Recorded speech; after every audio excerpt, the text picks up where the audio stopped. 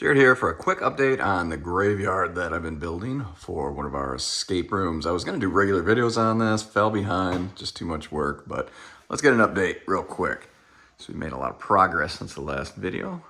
We have finished building all the crypts. My wife has gone through and mostly finished painting. There's still some stuff to do. There's a lot of props and puzzles to still build and install. Right now I'm putting up these little crypt plaques that we have made on our mill. So go over here and look.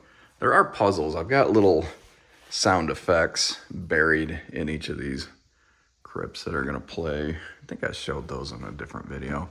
Front of our gravedigger shack is coming along. This is kind of cool. We've got the hidden door for this room right here. Made it blend in with the, it's not gonna close all the way because it's not engaged, but if I back up, it does, blends in really nice.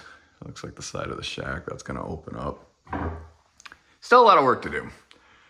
Lots and lots of work, but I thought I'd give a quick update because it'd been like, man, I think like 5 months. This room is taking forever. We started on it in December and it's just been slow, but this is just one portion.